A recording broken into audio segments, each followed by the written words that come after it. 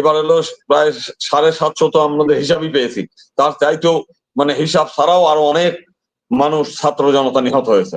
তো এমন একটা ঘটনা, যারা এই ছাত্র জনতাকে খুন করে ক্ষমতায় থাকতে চায়, তো তাদের কোনো থাকা উচিত না, মানে সম্মানজনক কোনো পজিশনে থাকা উচিত না।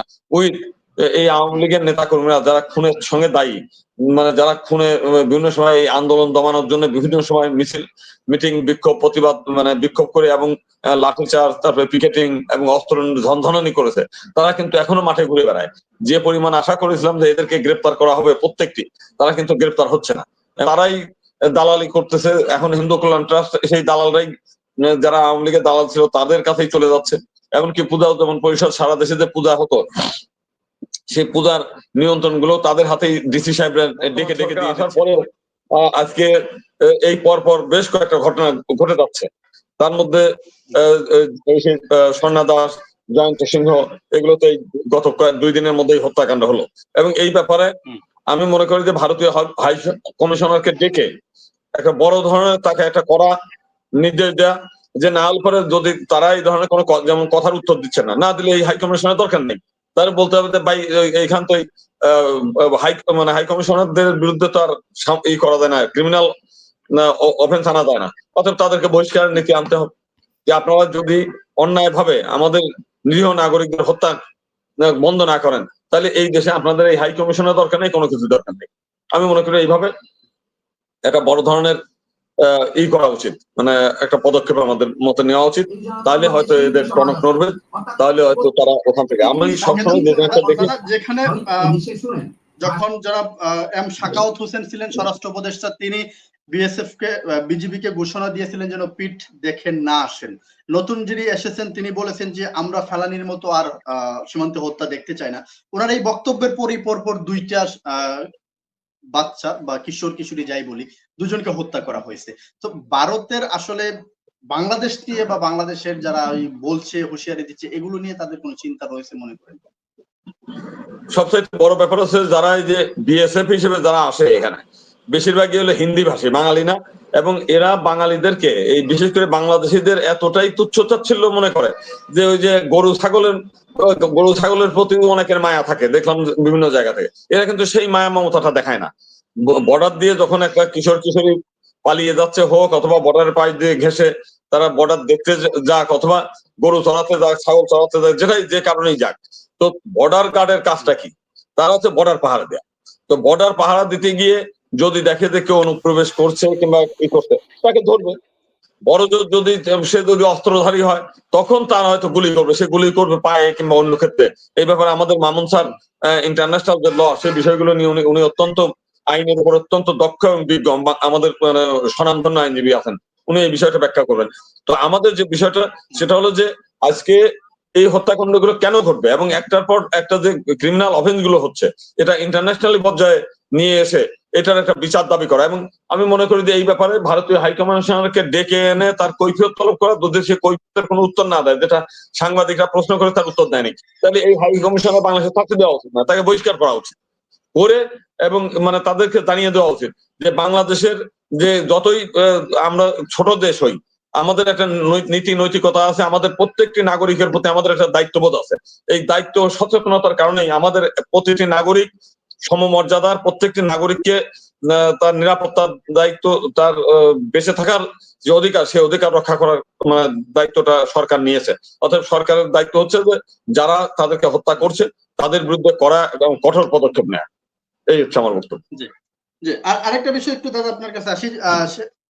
স্বর্ণা দাস এবং জয়ন্তের হত্যার পরে সবচাইতে বেশি আলোচনা যে বিষয়টা দেখা যাচ্ছে, গত কিছুদিন আগে আমরা দেখেছি যে হিন্দুদের থেকে বা অনেক হিন্দুরাই শাহবাগে হিন্দুদের নিরাপত্তা নিয়ে আন্দোলন করেছেন, চেয়েছেন যে হিন্দুদেরকে নিরাপত্তা দেওয়া হয়, সংখ্যালঘু নিরাপত্তা চেয়েছেন। কিন্তু এখন পর্যন্ত যতগুলোই সংগঠন রয়েছে হিন্দুদের নিরাপত্তার জন্য বাংলাদেশে, তাদের কেউ এই সীমান্ত হত্যা নিয়ে কথা বলছে না, বা কথা বলেনি, কোনো প্রতিবাদ করেনি, মানববন্ধন হচ্ছে না।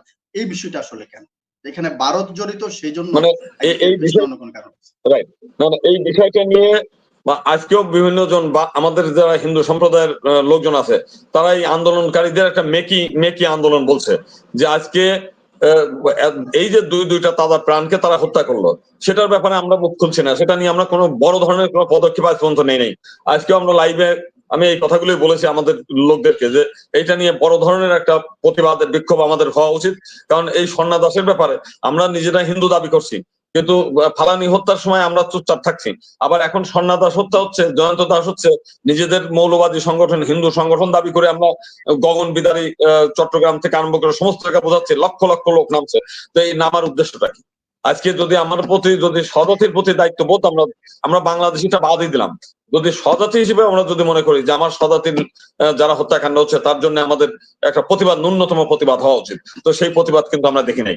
আমার ফালানি হত্যা থেকে আরম্ভ করে জয়ন্ত এবং আপনার আরেকটি মেয়ে, কিশোরী মেয়ে যে হত্যাকাণ্ড ঘটলো, সেই বিষয়গুলো নিয়ে সত্যি উনি যেটা ওনার যে অবজারভেশন, সেই অবজারভেশনের সঙ্গে আমি মানে শতভাগ সহমত যে এই মুহূর্তে হিন্দুরা রাস্তায় বড় বড় সমাবেশ আমরা দেখি, কিন্তু এই যে দুটো হত্যাকাণ্ড হলো সেই দুটো হত্যাকাণ্ডের ব্যাপারে হিন্দু সম্প্রদায় মানে নিশ্চুপ কেন? এই বিষয়টা প্রশ্নটা আমাদেরও। কারণ আমরা এই যাবৎ এই সরকারের সময় আমরা কোনো বড় ধরনের দাবি দেওয়া করে হিন্দু মহাজোটের পক্ষ থেকে আমরা কোনো মিছিল মিটিং করি নাই। কেন করি নাই? আমরা মনে করি যে এই মুহূর্তে আমাদের দাবি দেওয়া আদায়ের সময় না।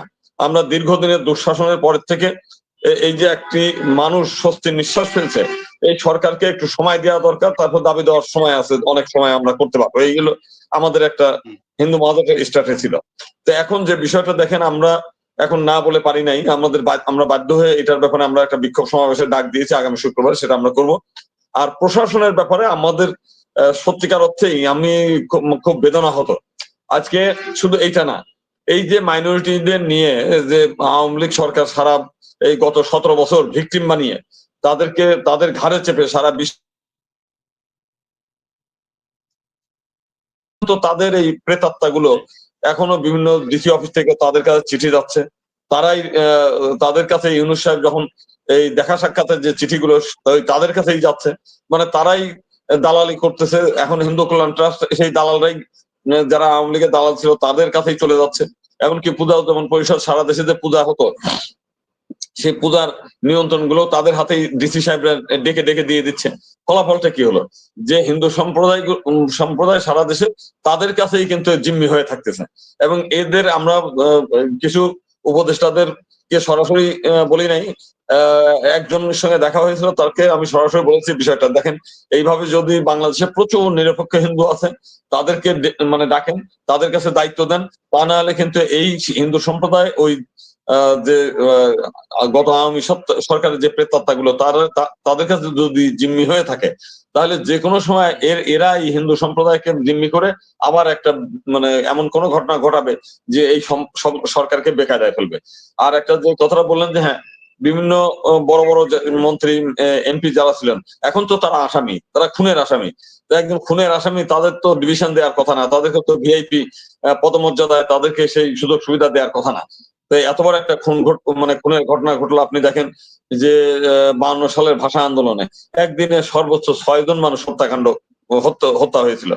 আজকে সেই 6 জন হত্যাকাণ্ডের ঘটনায় আজকে কত 70 বছর ধরে আমরা পদযাত্রা করছি, খালি পায়ে স্মরণ করছি, এবং এটা নিয়ে আমরা করছি। কিন্তু আজকে যে এইবারের যে ঘটনা, সেই ঘটনায় শুধু 6 জন না, এবার হলো প্রায় 750 তো আমাদের হিসাবই পেয়েছি। তার চাইতেও মানে হিসাব ছাড়াও আরো অনেক মানুষ, ছাত্র জনতা নিহত হয়েছে।